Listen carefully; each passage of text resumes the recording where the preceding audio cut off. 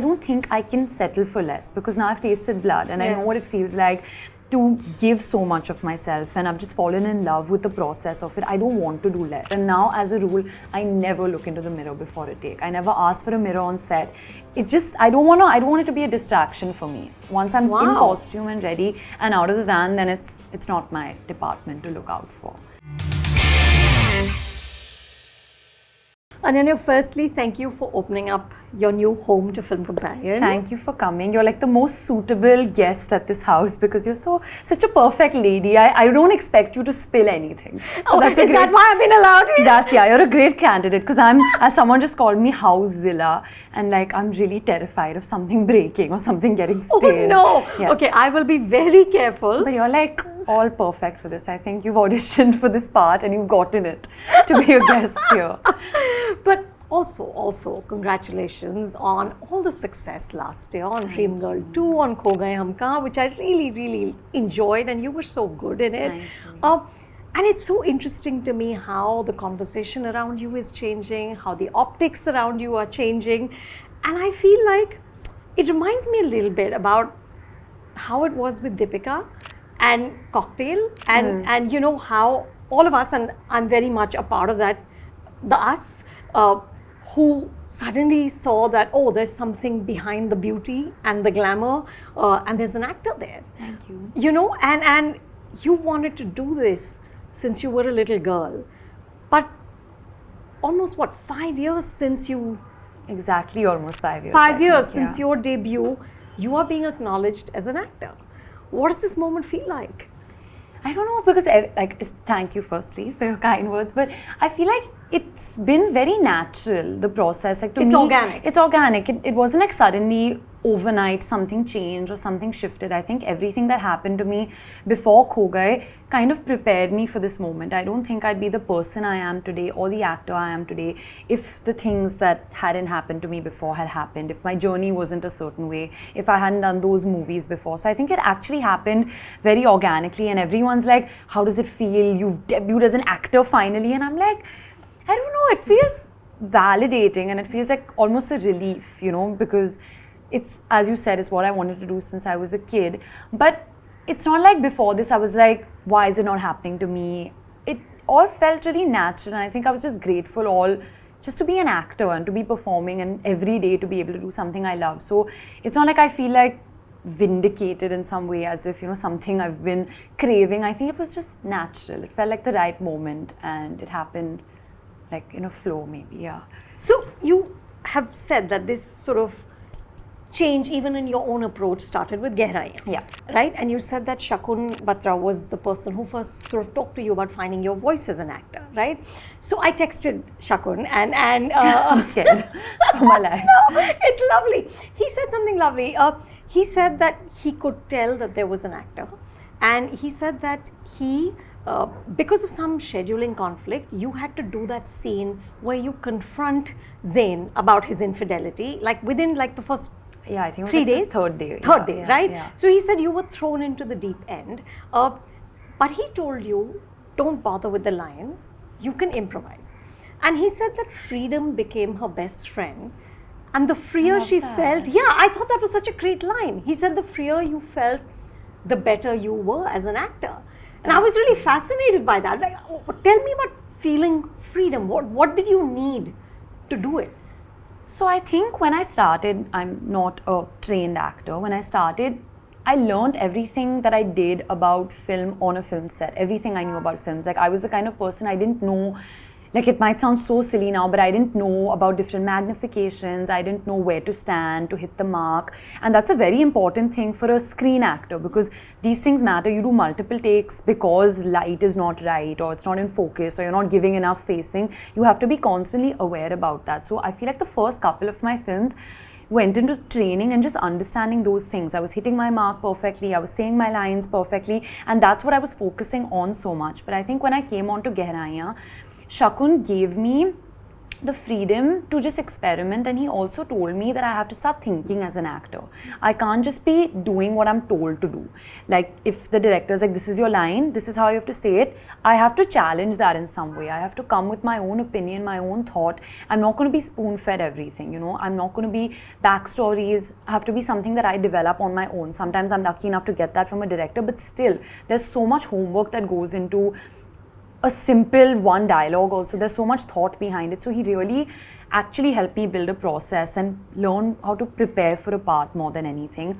And Shakun was very malleable in that way. He was very open. He wasn't married to his script in any sort of way. Every morning began with blocking, and it was like, and that film is kind of handheld as well. So it was like the camera will follow you. You do whatever instinctually feels right as the character in that moment. So we all figured it out together, and I feel like within that I found something, and I think I fell in love with acting and the process of it and discovery on that set. So that freedom of being able to create is Yes. what maybe kind of helped you tap into and contribute as well, like Right. to have some sort of contribution, to think on my feet, to bring something to it, to not just be, I wouldn't say a puppet, but not just, like you have to obviously be a vessel as an actor and deliver what the director wants you to, but you have to have some sort of input that you bring yourself. And you should try. I think one more thing that he taught me was don't be afraid of rejection, because I was very scared that what if I do it wrong, what if they don't like it, so I wouldn't try something different. But he was like, get everything out of your system, because you're not going to have another chance to do it. It's only now.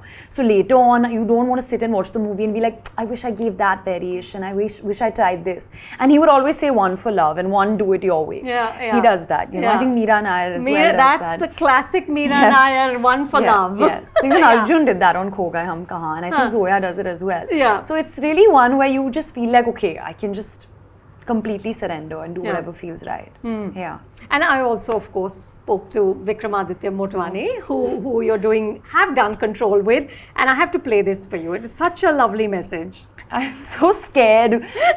No, please don't be. Hi, Anu. So with Ananya, okay, so mainly, I think the first thing is that she has a genuine desire to want to do a certain kind of film. It's coming from within her. It's not managers telling her and people telling her that, oh, you should work with this director and that director. It's like she genuinely wants it. You can tell from the choice of her doing something like Gehraiyaan or Control is that there's definitely an outreach from her itself where like I want to do something. Then the second thing that I found is that she almost has virtually no baggage. I mean, so it's like there's no baggage that she carries. She's got her head on her shoulders. She listens to her own inner voice. There is no sense of like, oh, manager's telling her this, that, the other. There's no insecurities that she's coming, to the set with, and nothing about costume and hair and makeup. And I think that is also just very, very refreshing when having dealt with other actors as well. And the third thing, I think she works really hard. I mean, this I have to say, like she comes for rehearsals, she's working on the script day and night. She is nervous about what she's going to end up doing. There's no sense of overconfidence, oh, I can do this. Like she's every single day, she's feeling challenged and she's challenging herself. And I think that's, always really nice to have an actor who's kind of doing that. And also super professional, always on time. I mean, that's a given, Best day of my life. And then she gives 100% on set, and I think there's something, I mean, literally my only brief to her through the entire film was just like, okay, cut out the noise, like, just immerse yourself into the world of this film and everything is fine. And she did exactly that, and it's a fantastic performance, which nobody's seen, but you can take my word for it. What? Vikram sir lovely? never says anything. I think this is the most he's ever said. Because on set, he would just be in the corner with like his head like in his like hands, and he'd be like thinking, and I'd be like, was that okay? He'd be like, yeah, fine.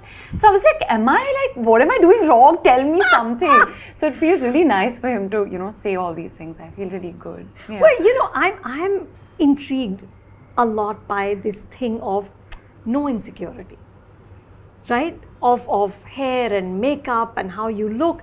Because Ananya, you have done films where it was mostly about the hair and makeup and how you look. How did you get to this place? I think it's about understanding what, when, and where. What's important where. I think you have to understand like hair makeup is such an effective tool for an actor. So you have to really use it as a weapon almost. You know, you have to know that, okay, in this film, looking a glamorous way, you know, looking beautiful, having a certain kind of hair, makeup, costume is important, and that's part of character work. As soon as you start looking at hair, makeup, wardrobe as character work, then I think it all falls into place. I think you have to take away yourself and vanity away from that and see how it's going to support the character. And I think just putting it into compartmentalizing things. Like I'm like, okay, today I'm doing an interview in my new home, I want to look beautiful, so I'll get ready, I'll get dressed up. But tomorrow if I'm playing a character like I did in Control and she's sitting at home and she's eating ice cream and crying, she's not going to be looking like this. She's going to be looking like what someone does look like in that moment. So I think compartmentalizing and realizing what is important for the scene and the character. But did you always have this clarity? I think so. On my very first film, my makeup artist told me, don't look into a mirror right before your take because it is going to throw you off and you are always going to find something wrong. Really? And right before the take, it's very distracting. And he's like, this is our job. We are here to take care of your hair makeup. So don't think about it. And now, as a rule, I never look into the mirror before a take. I never ask for a mirror on set. It just, I don't want it to be a distraction for me. Once I'm in costume and ready and out of the van, then it's not my department to look out for.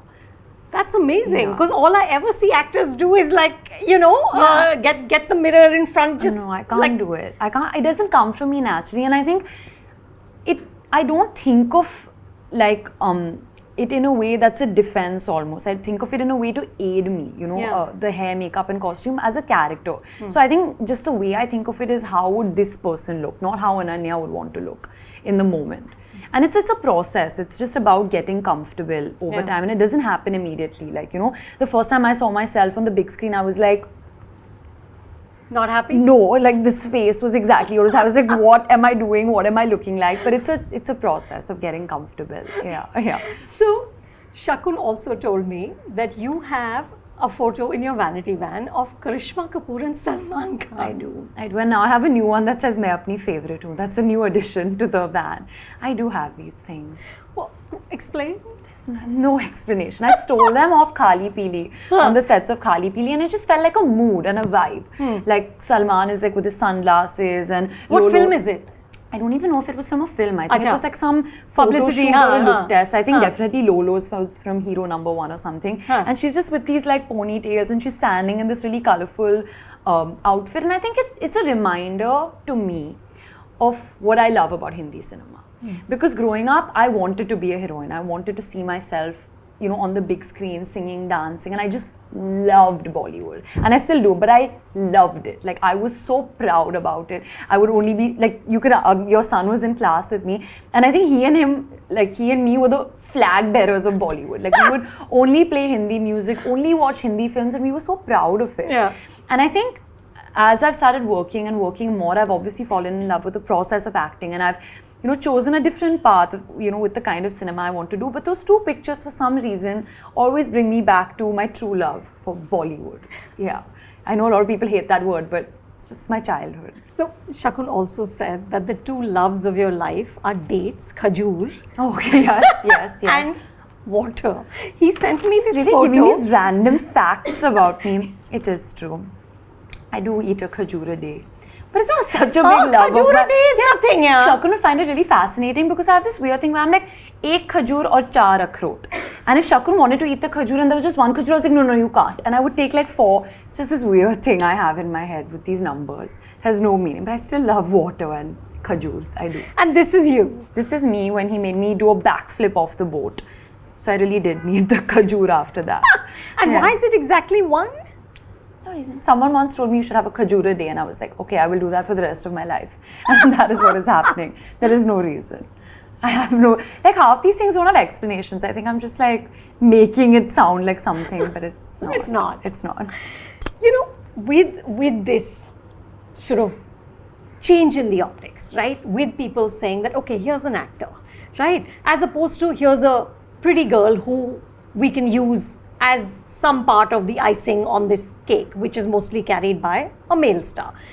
With this change, Ananya, are you finding that you are also able to, like you said, bring more to characters? Are directors more willing to listen? I think so, especially after what I heard Vikram sir say. I feel very responsible, after the films that I've done recently, even with Gehraiyaan, even when it was Pati Patni or Wo, for example, even though it's a film that's about a love triangle and infidelity and all of those sorts of things, I felt in that film, the women did have a huge part to play. They, I don't know if people have watched the film, but in the end, they come together and they kind of speak for what's right. And I feel like maybe unconsciously and now consciously, it's always been a choice where I don't want to be reduced to just, glamour or just as my face or something like that. I want to do more and I'm hungry for more. And especially after doing Vikram sir's film and then my show with Amazon, which is Call Me Bae, I don't think I can settle for less, because now I've tasted blood and I know what it feels like to give so much of myself, and I've just fallen in love with the process of it. I don't want to do less, and I feel like it'll be a disappointment to so many women and girls out there if I reduce them to that as well, because at the end of the day I'm portraying them on screen, I'm telling their stories, so I don't want to do any injustice to them in that way. And as Vikram sir said, I've always been a people's pleaser and a teacher's pet, so it's very important for me to get better with everything that I do. So every time I'm choosing a script, that's why maybe he said I don't listen to too many people around me, because it really has to come from within. If I'm convinced to do something, it never goes right, and I've learned that with experience. It always has to come from me, and there always has to be something new that I'm bringing to the table or something I'm going to learn with whatever I'm doing. So you have, and I'm not asking for names, but you have done projects where it wasn't your conviction. Yeah, I think maybe I did it for the wrong reasons, but always somewhere in my heart I knew that. And then when it didn't go exactly as planned, then I think it reinforced my belief in myself a lot more, that you just have to go with your instinct, because that'll always pay off. Working with good people, doing a script that you believe in some way, it's always going to pay off. Yeah. There's been a lot of conversation in the last couple of years, especially post-pandemic, about the nature of stardom, right? And whether social media or streaming has kind of dissipated that idea of stardom, the largeness of stardom, the mythic kind of stardom that let's say Amir, Salman, Shah Rukh, Mr. Bachchan, these male stars had. And there are lots of people, including, I remember having a conversation with Karan, who said that you can't have that level of just people crazy about actors anymore. But I read this very interesting thing. There's a distributor named Akshay Rathi who wrote this piece about how this is not true, because in South India, they have massive fan followings, and which don't seem to be like, ebbing in any way. But he said what's happening here is, in fact, that there's no relatability with stars and the Aam Aadmi. Because there's no relatability. There's very little connectivity and relatability, because primarily the visuals they're seeing, of course there's the films and the characters, but also outside of that, there's social media where they're seeing people dress a certain way, they're seeing people in private jets, and it's just kind of, making that connection even thinner and thinner. So in a sense, social media is actually distancing stars from audiences, as opposed to having you guys talk to your fans. I don't know, what do you think about this? It's a weird one, because I think everyone does have, different opinions about this, and for some reason, to me, all of them make sense, because I do understand now what he said as well, because it is alienating when you look at someone who's leading a certain life and you can't relate to it at all. I think one thing is for sure is that the mystery has gone away, and I think that was a really big contributor in stardom, because you just wanted a glimpse of someone, you just wanted to see them in person, what they look like, and I think that, you could just, if you see them every day, I think that mystery kind of goes away, so that's gone for sure. And I don't really know if that's made us less relatable or more relatable. It is something that's constantly changing, and I think everyone has a different opinion about it. I feel like in a way, a lot of people have understood me better through social media because they had a certain opinion of me, but I've been able to tell my story and my life in the way that I want to and as honestly as possible. So I think it has helped me, at least personally, connect with a lot of people I wouldn't have been able to, because I feel like people would have had an image of me and I would have never been able to contest that if I didn't have social media. So I think with people also, they use it for different reasons, but I'm also not sure about if it's making us closer. It's just the sign of the times. It's a beast. Do you think a lot about what you, because you said somewhere that I'm not honest, and nobody is. Nobody's not fully honest. No one's fully honest. You can't be, and why should you be? There's nobody, there's no demand for that. But do you think, especially now as you're sort of more mature in terms of your career, where you are, about what you're putting out there? 100%. I think when I started out, I was also 18. So I was growing It's up. very young. Yeah, I was growing up, in the industry. I was Yeah. learning things that you can say, you can't say. I didn't realize that what I was saying, millions of people are going to hear it. I was just very used to my 5 friends hearing it, and that was it. So I think it did take me some getting used to that. And I've had I have a love and hate relationship, I think, with social media. Some days I want to scream out and tell everyone what I'm doing from 7 a.m. to midnight. And some days, people won't see me for days. And I think it's something you have to figure out for yourself, Sometimes you put a lot out there and it's not received that well. So then the next time you're like, okay, I don't want to share so much about my personal life. And then sometimes when I interact with some of my fans, I'm like, I can make such a difference to someone's life by just wishing them happy birthday. And I love that I can do that. So I think it's something that's constantly changing, and everyone needs to figure out what works best for them. Yeah. But especially when it comes to personal life, right now, you've taken a sort of decision, we're not going to talk about this in public, this is my life. Tell me, why is that making sense for you, and how hard is it to kind of stick to that when everybody only wants to know about your personal life? Yeah, I think it's not something that I've really thought about. I'm kind of just going with the flow of, when it comes to my personal life, and because I understand people's curiosity. I used to be that kid who would read Stardust magazine every month and want to know what's happening, so I get it. Right. I get the curiosity that people have, and I feel like it comes with the job, it's something that we did sign up for, and I've seen that firsthand with my father at home, that, okay, this is something people do want to know. Yeah. People want to come and meet you if they see you somewhere in public, and he's been so open with that inherently I've also become very okay and open with meeting people, and I'm not hiding ever when I'm going out. I like interacting with people, but even these things about personal life, it's something that I'm just going with the flow with. And I think what's important for me is that people do focus on my work as well. I'm an actor and my job is to act, and then whatever comes is like the froth around it. The meat and the main part is actually acting, and also I'm of belief in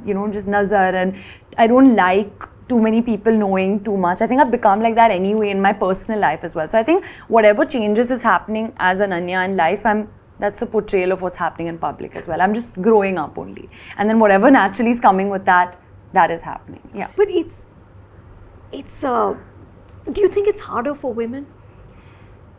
I think it's hard for everyone. It's not an easy business by any means. It's hard for people from the industry, outside the industry. It's hard for women, and it's hard for men. It's hard for everyone. It's hard for older people. It's hard for younger people. Everyone is always fighting for something, fighting to be seen, fighting to do good. Like, there's pressure on women to look a certain way, but then there's pressure on the men for box office numbers. So I think everyone is going through their own pressures. Yeah. And I think it's a great time to be a woman as compared to how it was before. Oh, absolutely. It's a lovely time. I'm so inspired by all the women around me who are working, and the kind of, films and TV shows. Like, I'm so happy with what Alia is doing with Eternal Sunshine, the kind of projects that she's backing, because I'm watching Poacher right now, and I think it's a fantastic show. And even the lead in the show, Nimisha's superb. Amazing. Yeah.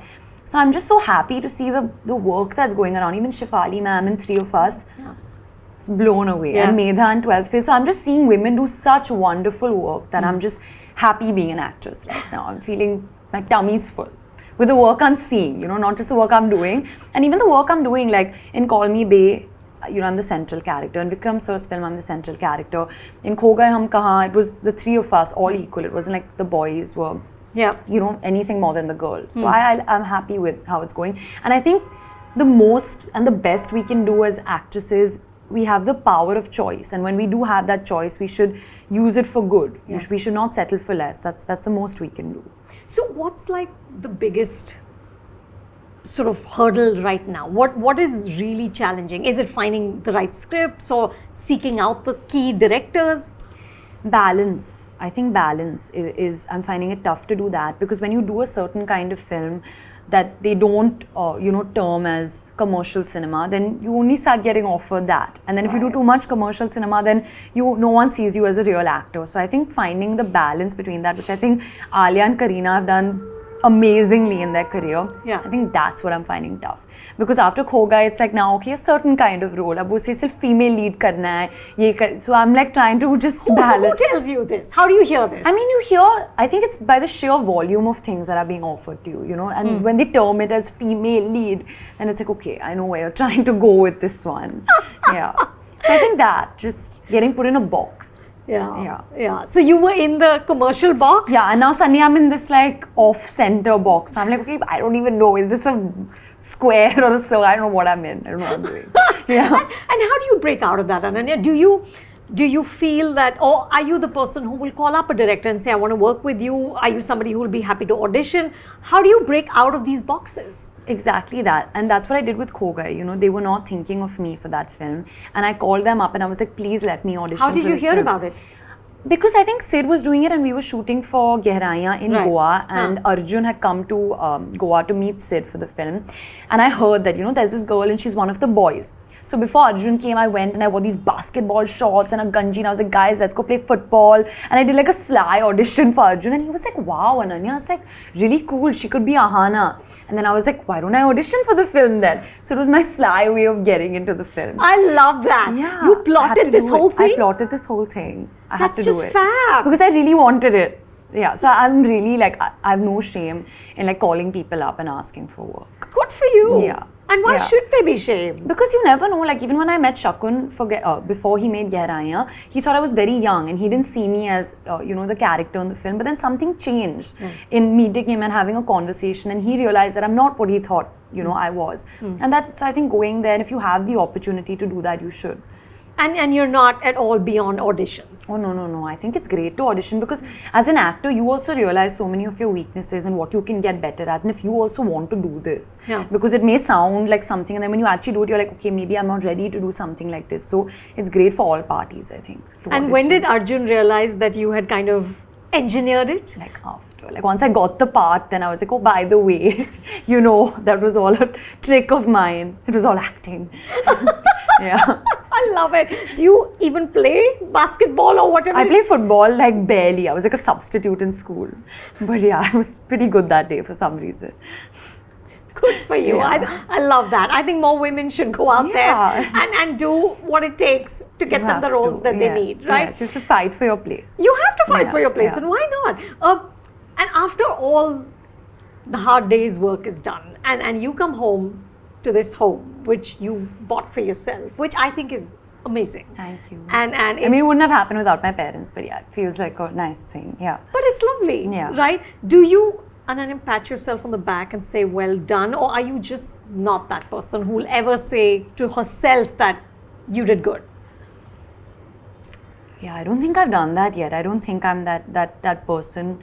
I do need to do that. I need to sit back and I think as actors, we always think of what's next and we forget to really be present, and so much of acting is to be present. So we're in this constant battle of thinking of what to do next, but then we have to, for our jobs, also be present in the moment. So something that I am practicing, because I'm a huge thinker of what's going to happen later, what's next, that I forget to really be present. So I haven't done that yet, but maybe after this interview, I'm just going to sit back and be like, you did good. And you are an overthinker. I'm an overthinker. I'm very insecure. I'm an overthinker. I'm never happy with myself. So these things happen. Yeah. And is there like do you set goals for yourself? Do you have strategies about how I'm going to get there? Because you talked in an interview about really wanting to work with Sanjay Leela Bhansali. Is there like and you said you were manifesting that. How do you do it? Manifesting, praying, hoping, please see me. But I really think that when I'm ready and when it's the right time, everything will fall into place. I can't really, you can fight for what you want and you should go after what you really believe in, but everything will happen at the right time. And these are some things that I've started believing in, that I think especially after, you know, people liked Kho Gaye, it feels like, okay, I'm happy that my journey has been this way and I'm excited for what's next. I don't want to get too impatient. I don't want to get ahead of myself. Everything happens at the right time, and all I can do really in the moment is work hard and get better at what I'm doing. Yeah. And you're not at all sort of seduced by, you know, the idea of numbers or success of a certain type, because it's also now increased. you know, you're always seeing success. It's so in your face, Yeah. right? And of course, a lot of it is engineered and bought, and you know, it's just optics that are paid for, right? But it is on our phones every single day that Yeah. this one's leading this amazing life and that one has this brand. And how do you deal with all of that? When Vikram says, he said, cut out the noise. How do you actually cut out the noise? You know, honestly, I can't lie and say that numbers don't matter. And they, like, when Dream Girl crossed a certain number, it was so exciting and it was such a, like, happy experience for everyone involved in the film. But I've also realized that it's not in my control. Yeah. I think the moment you realize that you are able to cut out the noise, that there are only some things that are in your control, which is your choices as an actor and what you do every single day on set. But then beyond that, you can't control anything. You can't go and physically make a billion people sit down and watch your film, you know. You just have to do your best and hope that people connect to it somehow. So I think when you distinguish between what's in your control and what's not, then it's easier to cut out the noise. Okay, and one last question. What part of this house is your favorite? Exactly where we're sitting. I spend like hours over here, and I lie and say the kitchen is my favorite part, but I've only baked cookies once the whole time that I was here. But here, because I think I get the right amount of sunlight sitting over here, and I, you know, leave. That day a monkey came and sat on my, you know, terrace over there, so it feels like I'm one with nature in the city, sitting right here and just reading my book or just like chilling. Yeah. Oh, lovely. Yes. It is so nice to see you, Soar. Thank you so much. Thank you. I wish this didn't end. I loved talking. Thank you. Thank you. दोस्तों, ये वैसा course नहीं है जहां पर आपको लगेगा कि एक टीचर आपको बिठाकर ज्ञान दे रहा है। ये वैसा कोर्स है जहां आपको लगेगा कि आपके कॉलेज की कैंटीन में एक सीनियर स्टूडेंट जो इस कैंपस में ज़्यादा समय बिता चुका है, आपको हल्के फुल्के तरीके से कुछ समझा रहा है। बड़ा मज़ा आएगा इस कोर्स में। आप हमें ज्वाइन कीजिए FC क्लासरूम के स्क्रीन राइटिंग मास्टर क्लास के लिए। सी यू देयर।